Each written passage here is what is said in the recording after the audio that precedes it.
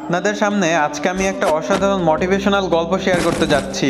বিশ্বাস করুন, আপনি যদি এই গল্পের গভীরতা বুঝতে পারেন তাহলে আপনি অনেক কিছু শিখতে পারবেন। এক জঙ্গলে একটা কাক থাকতো। সে অনেক খুশি এবং আনন্দে থাকতো।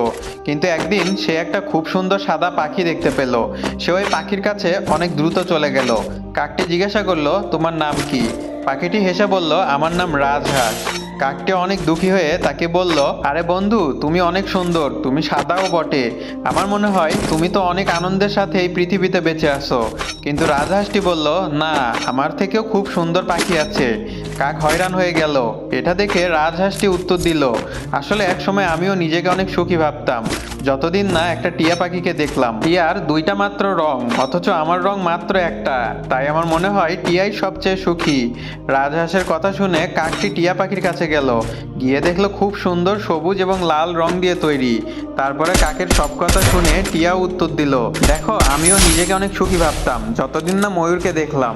আমার রং মাত্র দুইটা, কিন্তু ময়ূরের অনেক বাহারি রং আছে। কাকটি তখন ময়ূরকে খুঁজতে লাগলো।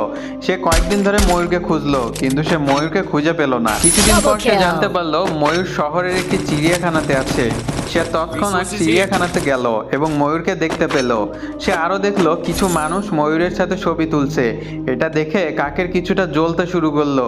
সে ময়ূরকে উদ্দেশ্য করে বলল, তুমি অনেক সুন্দর, প্রতিদিন হাজার হাজার মানুষ তোমার সৌন্দর্য দেখার জন্য আসে, কিন্তু ওরা যখন আমাকে দেখে সাথে সাথে তাড়িয়ে দেয়। আমার মনে হয় তুমি পৃথিবীর সবচেয়ে সুখী পাখি।